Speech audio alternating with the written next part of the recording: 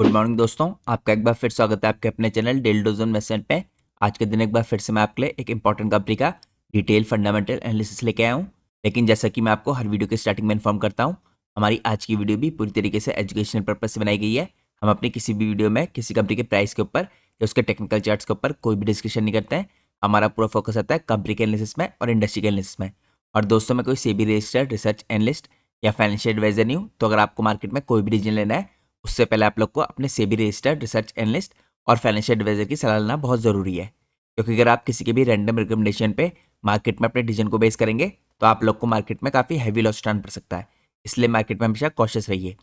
इसके साथ साथ दोस्तों, जितने भी मेरे यूट्यूब चैनल के मेंबर्स हैं, जिन लोगों ने मेरी यूट्यूब चैनल की मेंबरशिप ले रखी है, उन सबको पता है मैं आप लोग के लिए लगातार कुछ इंपॉर्टेंट वीडियोस पोस्ट करता हूँ जो मेंबर्स ओनली वीडियोस होती हैं। तो मैंने आपके लिए दोस्तों 3-4 दिन पहले एक इंपॉर्टेंट यहाँ पे प्रिसीजन कंपोनेंट मैन्युफैक्चर कंपनी है जो मार्केट लीडर्स यहाँ पे मिड कैप कंपनी है, इसका डिटेल एनालिसिस पोस्ट किया था। आप लोग यहाँ पे थंबनेल में चेकआउट कर सकते हैं। तो आप इस वीडियो को चेकआउट कर सकते हैं अगर आपके पास चैनल की मेंबरशिप है। चैनल की मेंबरशिप लेना दोस्तों यहाँ पे सिंपल है। चैनल की मेंबरशिप लेने के लिए आपको सिंपली यहाँ पे ज्वाइन बटन पे क्लिक करना पड़ेगा। जैसे आप ज्वाइन बटन पे क्लिक करेंगे, इसके अंदर आपको अलग अलग टैक्स की मेंबरशिप देखने को मिलेंगी। आप इनमें से कोई सी मेंबरशिप सेलेक्ट कर सकते हैं, क्योंकि इससे फर्क नहीं पड़ता आपने कोई सी मेंबरशिप ले रखी हो। आप ये सारी इंपॉर्टेंट कंटेंट को, जो मैं मेंबर्स ओनली कंटेंट पोस्ट करता हूँ, इसको चेकआउट कर सकते हैं। और मेंबरशिप लेने के बाद दोस्तों, अगर आप इन सारी इंपॉर्टेंट वीडियोस को, जो मैं आपके लिए रेगुलरली पोस्ट करता हूँ, एक साथ देखना चाहते हैं, तो आप इसके अलावा यहाँ पे मेंबर्स ओनली टैब पे भी क्लिक कर सकते हैं। यहाँ पे आपको सारी इंपॉर्टेंट मेंबर्स ओनली वीडियो देखने को मिल जाएंगी। इसके अलावा दोस्तों, मेरे चैनल पे एक स्पेशल मेंबरशिप है जिसका नाम है प्लेटिनम इन्वेस्टर। उस मेंबरशिप को लेने के बाद आप लोग डायरेक्टली मेरे से कॉन्टैक्ट कर सकते हैं। मेरा ईमेल एड्रेस आपको स्क्रीन में टॉप में देखने को मिल जाएगा। अगर आप चाहें तो मेरे टेलीग्राम चैनल पे भी मेरे से कॉन्टैक्ट कर सकते हैं। मेरे जनरल टेलीग्राम चैनल का लिंक आपको मेरी किसी भी वीडियो के नीचे डिस्क्रिप्शन में देखने को मिल जाएगा। तो ये तो दोस्तों यहाँ पे मेंबर्स ओनली कंटेंट की कुछ खास एडवांटेजेस हैं। मैंने पिछले 1 महीने में आपके लिए कई इस तरह की इंपॉर्टेंट वीडियोस पोस्ट किए हैं, तो आप उन सारी वीडियोस को चेकआउट कर सकते हैं। पिछले 1 महीने में आपको इस तरह की 6-7 इंपॉर्टेंट वीडियोस देखने को मिल जाएंगी, जो सिर्फ मैंने अपने यूट्यूब चैनल के मेंबर्स के लिए पोस्ट किए हैं। तो ये तो दोस्तों इंपॉर्टेंट मेंबरशिप की एडवांटेज है। इसके अलावा चैनल की मेंबरशिप की एक और एडवांटेज मिलेगी, आपको मेरा members only Telegram channel join करने का मौका मिलेगा। तो मेंबर्स ओनली टेलीग्राम चैनल को ज्वाइन करने के लिए चैनल की मेंबरशिप लेने के बाद आप लोग को पोस्ट पे क्लिक करना है। जैसे ही आप लोग पोस्ट पे क्लिक करेंगे, इसके अंदर आपको एक लिंक देखने को मिलेगा। इस लिंक के थ्रू आप लोग मेरा members only Telegram channel join कर सकते हैं। तो ये तो दोस्तों मैंने आपको चैनल की मेंबरशिप की कुछ एडवांटेजेस बताई। अब हम सीधे चलते हैं आज के हमारे इंपॉर्टेंट कंपनी के डिटेल एनालिसिस में। तो जिस कंपनी के ऊपर दोस्तों आज हम एनालिसिस करने वाले हैं, इस कंपनी का नाम है विविड इलेक्ट्रोमेक लिमिटेड। ये कंपनी आप कह सकते हैं करंटली इंडिया के अंदर डाटा सेंटर की प्रॉक्सी है। इसके अलावा पावर इंडस्ट्री के अंदर भी कंपनी काम करी है। तो ये एक और दोस्तों ऐसी इंपॉर्टेंट थीम आपको पता होनी चाहिए, चाहे पावर हो गया या डाटा सेंटर हो गया, जिसके अंदर आपको इंडिया में टेलविंड्स देखने को मिली है। साथ में यहाँ पे गवर्नमेंट की पॉलिसीज भी इन सारी इंडस्ट्रीज को सपोर्ट कर रही है।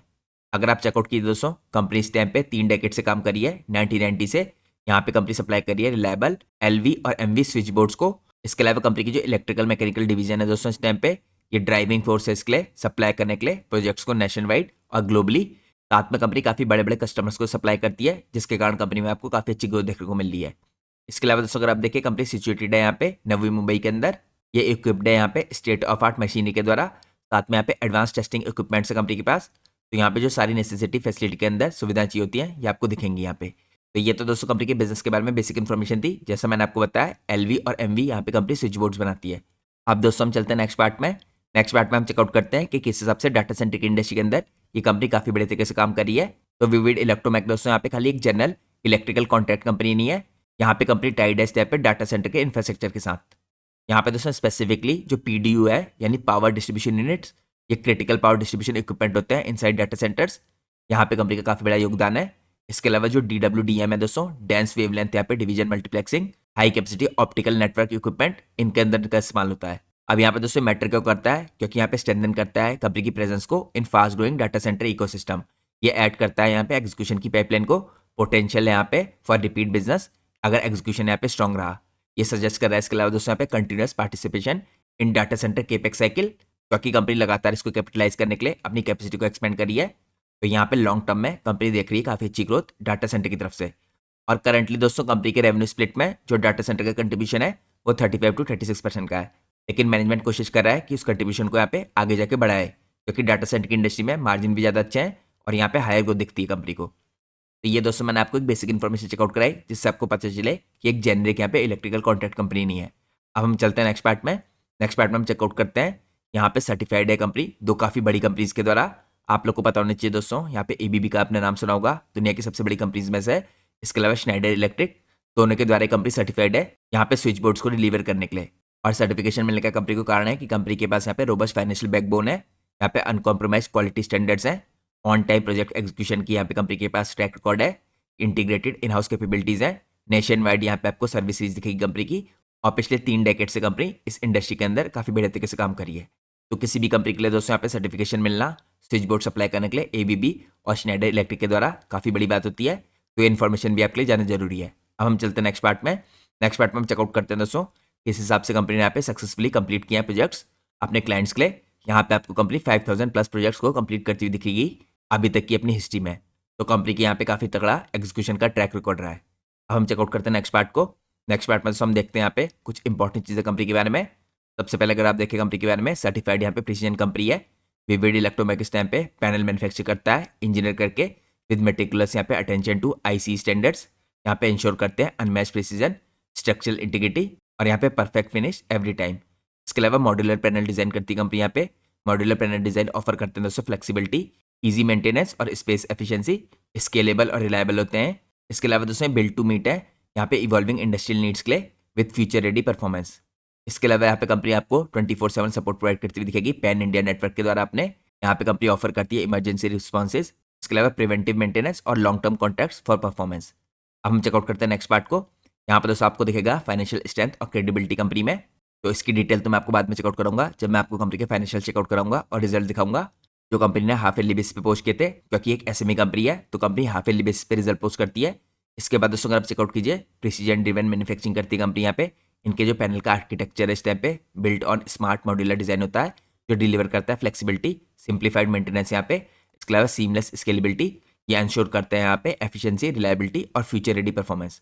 इसके अलावा कंपनी इंजीनियर करती है इन प्रोडक्ट्स को फॉर पर्पस। ये बैक्ड बाय सॉलिड फाइनेंशियल और track record of proven execution. इन्होंने डिलीवर किया यहाँ पे कॉन्फिडेंटली, रिलायबिलिटी के साथ, इससे ट्रस्ट मेंटेन कर पाए यहाँ पे लॉन्ग टर्म के बेसिस पे अपने क्लाइंट्स के साथ।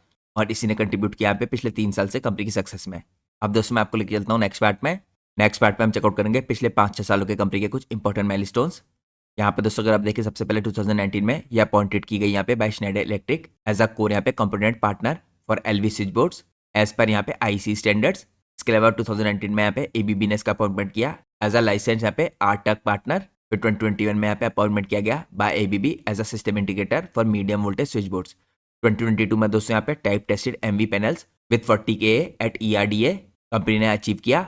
अगर आप देखिए इसके बाद दोस्तों 2025 में यहाँ पे कंपनी की अपकमिंग मैन्युफैक्चरिंग फैसिलिटी के बारे में बता रखा है। तो दोस्तों यहाँ पे 2026 में अगस्त सितंबर में आपको इसकी मैन्युफैक्चरिंग फैसिलिटी कंप्लीट होती दिखेगी। इसकी डिटेल मैं आपको लास्ट में चेकआउट करूंगा जब मैं आपको कंपनी के केपेक्स के बारे में दिखाऊंगा। तो ये दोस्तों मैंने आपको चेकआउट कराया किस हिसाब से कंपनी के माइलस्टोन है कुछ इंपॉर्टेंट ओवर द ईयर जो कंपनी ने अचीव किए हैं। अब हम चलते हैं नेक्स्ट पार्ट में। नेक्स्ट पार्ट में हम चेकआउट करते हैं यहाँ पे ट्रस्टेड कैसे कंपनी इस टाइम पे इंडस्ट्री लीडर्स के द्वारा। तो यहाँ पे आपको काफी इंपॉर्टेंट कंपनी दिखेंगी दोस्तों जिनके द्वारा ट्रस्टेड है। यहाँ पे इसके क्लाइंट्स आपको दिखेंगे एशियन पेंट्स, गोदरेज, जीएसके यहाँ पे यानी ग्लैक्सो स्मिथ क्लाइन। इसके बाद यहाँ पे आपको भारत डायमंड दिखेगा। इसके बाद कुछ और इंपॉर्टेंट कंपनी है दोस्तों जैसे एबीबी हो गई, यहाँ पे ब्लू स्टार हो गई, एसएल रहेजा हॉस्पिटल हो गया। इसके अलावा आपको मेयो हेल्थ केयर दिखेगा, यहाँ पे फोर्टिस एस्कॉर्ट्स दिखेगा, यहाँ पे ब्लू सर्कल दिखेगा, आपको रिलायंस दिखेगी, यूनाइटेड फॉस्फोरस लिमिटेड दिखेगी, यहाँ पे आपको मैग्ना दिखेगी। तो इस तरह की यहाँ पे कुछ इंपॉर्टेंट ट्रस्टेड इंडस्ट्री लीडर्स दिख रही हैं जो कंपनी इनकी क्लाइंट है। अब हम चलते हैं नेक्स्ट पार्ट में। नेक्स्ट पार्ट में दोस्तों हम चेकआउट करते हैं यहाँ पे कंपनी के प्रोडक्ट पोर्टफोलियो को।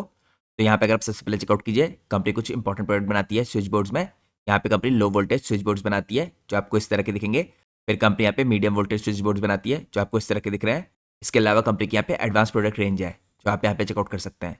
अब हम चलते हैं नेक्स्ट पार्ट में। यहाँ पे हम देखते हैं कुछ और इंपॉर्टेंट प्रोडक्ट्स को। यहाँ पे दोस्तों कंपनी आपको यूनिक रेंज और प्रोडक्ट बनाती हुई दिखेगी जो डिफरेंट तरह के दिखते हैं। इसके बाद आपको प्रोडक्ट दिखेंगे यहाँ पे इसके बस बार ट्रंकिंग।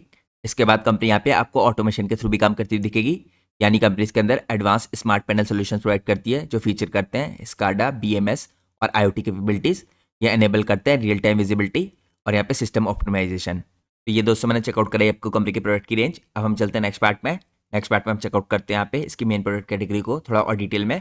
तो सबसे पहले अगर आप देखें दोस्तों यहाँ पे लो वोल्टेज स्विच बोर्ड्स, तो इसके अंदर आपको कंपनी अप टू 1000 वोल्ट और यहाँ पे करंट्स के अंदर 6300 एम्पियर के अंदर काम करती हुई दिखेगी।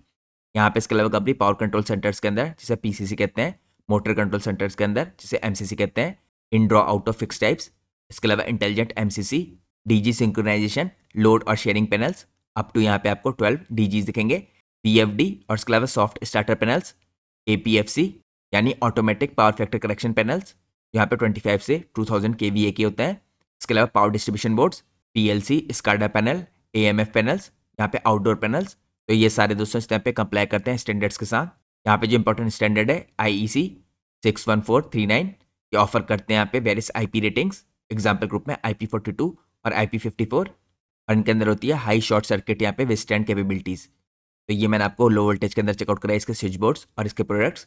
अब यहाँ पे दोस्तों अगर आप देखिए मीडियम वोल्टेज स्विच बोर्ड जो कंपनी बनाती है यहाँ पे, ये आपको 3.3 kV से लेकर 36 kV तक के दिखेंगे और अप टू यहाँ पे 3050 एम्पियर के, तो इनकी रेंज रखी है। इसके अलावा इंडोर और आउटडोर पैनल्स बनाती है कंपनी इसके अंदर, जिसके अंदर आपको अप टू IP55 रेटिंग दिखेगी। DG सिंक्रोनाइजेशन होता है इसके अंदर, कंट्रोल और रिले पैनल होता है, और substation up to 132 kV, double bus bar system, ring main units जिसे आप RM यूज़ कर सकते हैं। इसके बाद वैक्यूम सर्किट ब्रेकर पैनल, इसके अंदर जो फीचर होते हैं इंक्लूड करते हैं कंपार्टमेंटलाइजेशन डिज़ाइन, सेफ्टी यहाँ पे शटर्स और एक्सटेंडेबिलिटी। इसके अलावा आपको यहाँ पे कंपनी के मेन प्रोडक्ट कैटेगरी में बस बार ट्रंकिंग दिखेंगे। ये प्रोवाइड करते हैं यहाँ पे सेफ, एफिशिएंट और flexible power distribution as a alternative to यहाँ पे ट्रेडिशनल केबलिंग और इंडस्ट्रियल और कमर्शियल सेटअप्स। यहाँ पे आपको ऑटोमेशन के अंदर स्मार्ट पैनल्स दिखेंगे with PLC, SCADA, BMS, IoT capabilities for real time monitoring, control और यहाँ पे इसके अलावा सिस्टम ऑप्टिमाइजेशन। फिर दोस्तों एक अदर कैटेगरी है देखिए एडवांस प्रोडक्ट्स की।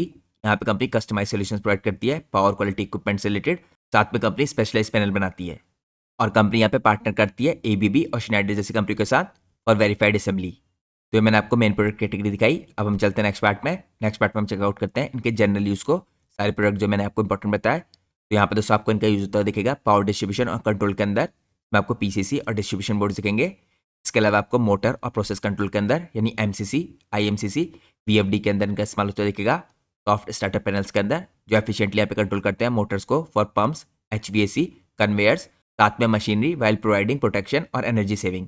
इसके अलावा आपको इनका इस्तेमाल होता दिखेगा यहाँ पे बैकअप पावर मैनेजमेंट के अंदर, DG सिंक्रोनाइजेशन के अंदर, और AMF पैनल यहाँ पे एनेबल करते हैं सीमलेस जनरेटर ऑपरेशंस और यहाँ पे लोड शेयरिंग और अनइंटरप्टेड यहाँ पे पावर। इसके बाद आपको इनका इस्तेमाल होता दिखेगा पावर क्वालिटी और एफिशिएंसी के अंदर।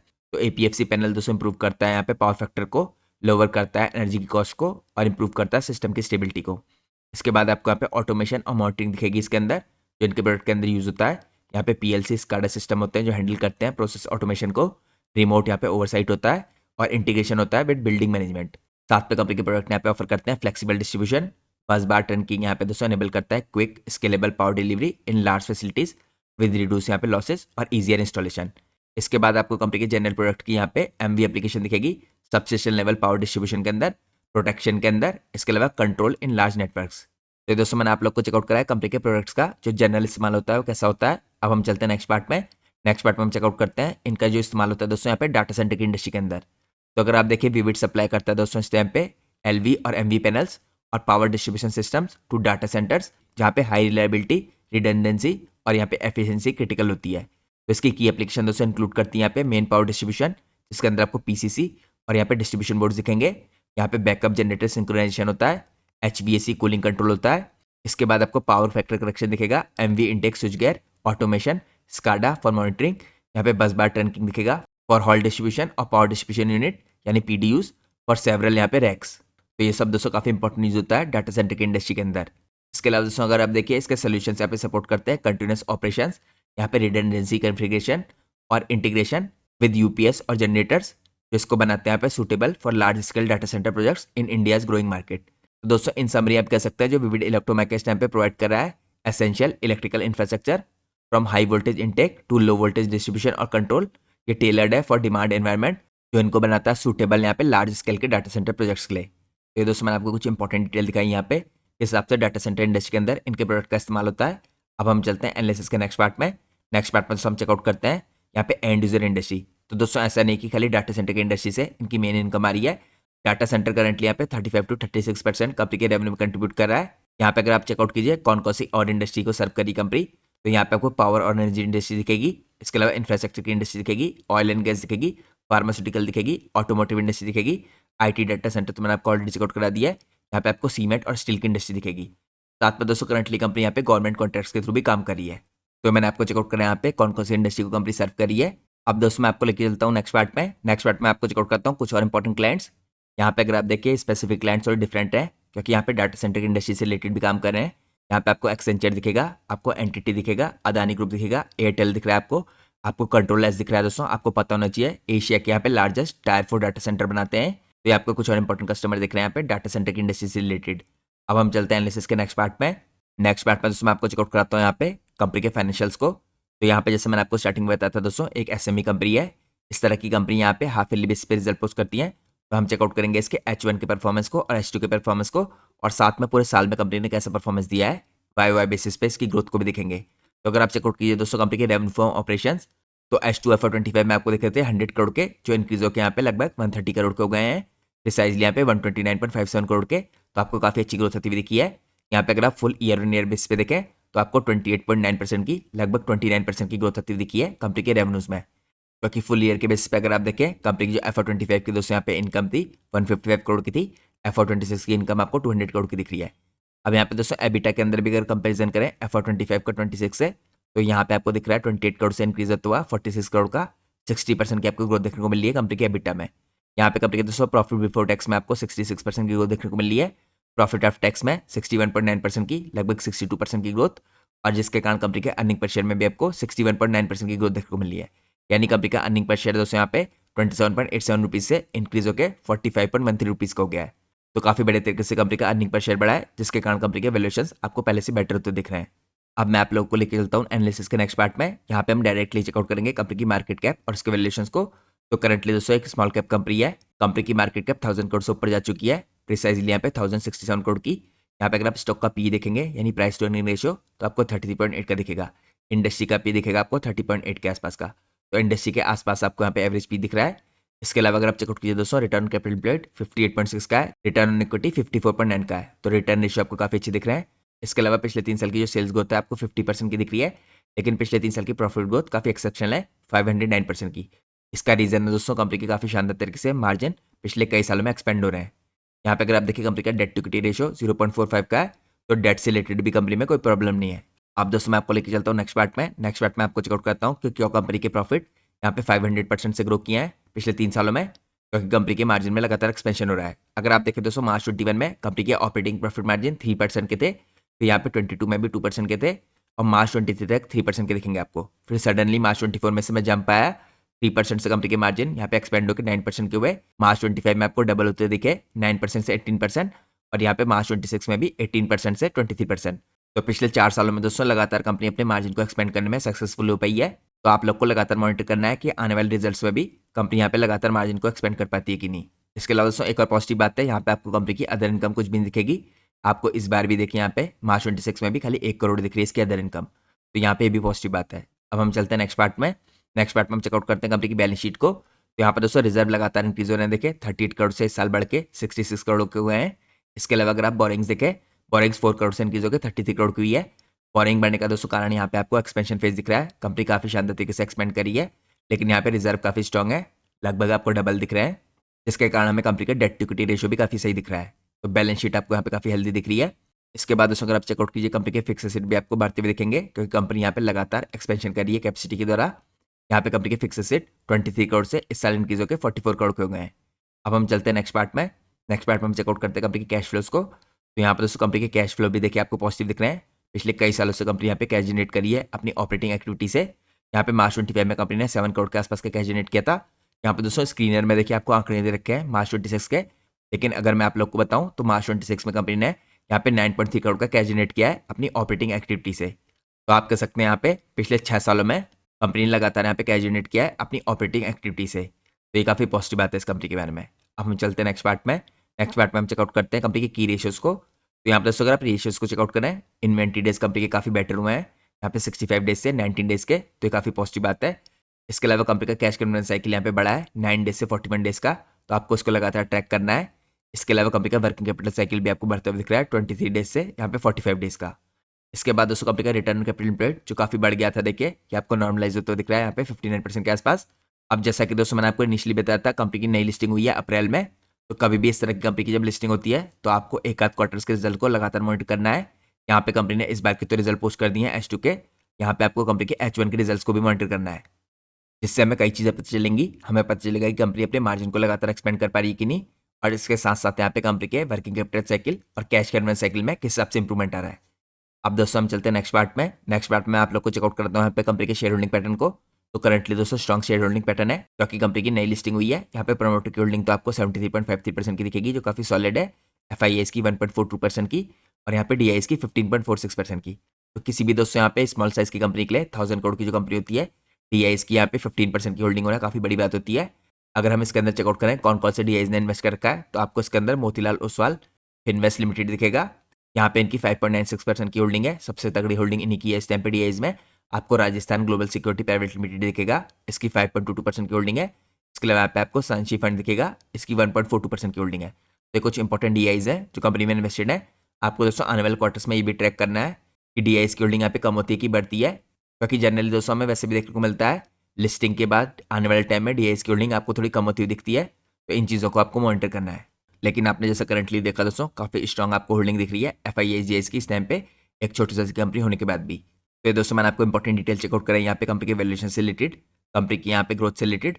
इसके अलावा मैंने आपको कंपनी के मार्जिन एक्सप्रेशन को दिखाया, बैलेंस शीट को दिखाया, कैश फ्लो को दिखाया और शेयर होल्डिंग पैटर्न चेकआउट कराया।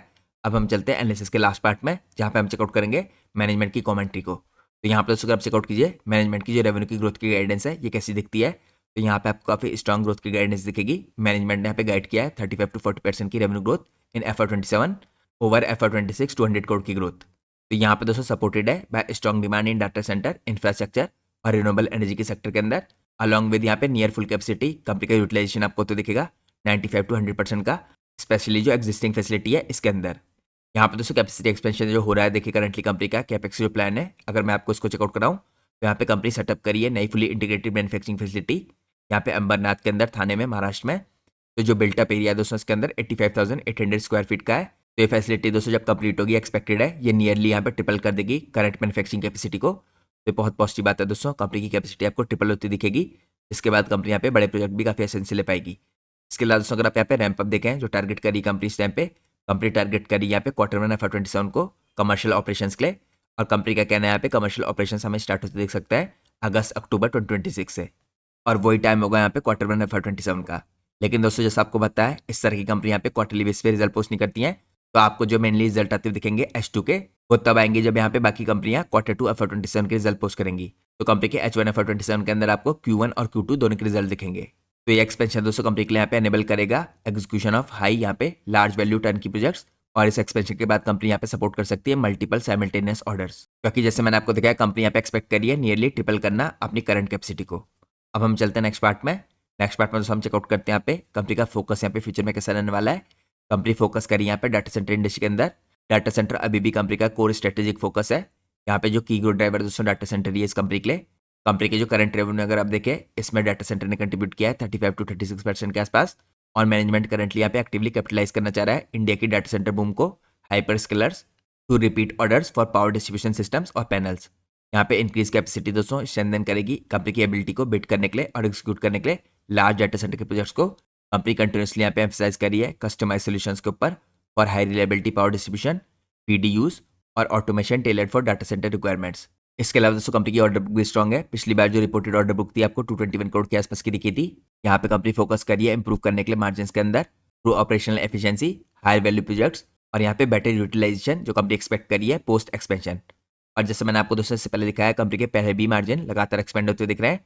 और कंपनी अगर बड़े प्रोजेक्ट ले पाएगी, बड़े प्रोजेक्ट को एक्सिक्यूट कर पाएगी एक्सपेंशन के बाद, तो बड़े प्रोजेक्ट कंपनी को प्रोवाइड करेंगे बेटर मार्जिन। इसके अलावा ओवरऑल अगर कंपनी की स्ट्रेटेजी देखें तो कंपनी मूव करना चाहिए from panel to full electromechanical solutions and turnkey projects. तो ये दोस्तों आज की इंपॉर्टेंट कंपनी थी विविड इलेक्ट्रोमैक। और जैसा मैंने आपको वीडियो की स्टार्टिंग में इन्फॉर्म किया था, हमारी आज की वीडियो भी पूरी तरीके से एजुकेशन पर्पज से बनाई गई है। हम अपनी किसी भी वीडियो में कंपनी के प्राइस के ऊपर या उसके टेक्निकल चार्ट्स के ऊपर कोई भी डिस्कशन नहीं करते हैं। हमारा पूरा फोकस रहता है कंपनी के एनालिसिस पे और इंडस्ट्री के एनालिसिस पे। और दोस्तों मैं कोई सेबी रजिस्टर्ड रिसर्च एनालिस्ट या फाइनेंशियल एडवाइजर नहीं हूँ। तो अगर आपको मार्केट में कोई भी डिसीजन लेना है, उससे पहले आप लोग को अपने सेबी रजिस्टर्ड रिसर्च एनालिस्ट और फाइनेंशियल एडवाइजर की सलाह लेना बहुत ज़रूरी है। क्योंकि अगर आप लोग किसी की भी रैंडम रिकमेंडेशन पे मार्केट में अपने डिसीजन को बेस करेंगे, तो आप लोग को मार्केट में काफ़ी हैवी लॉस उठाना पड़ सकता है।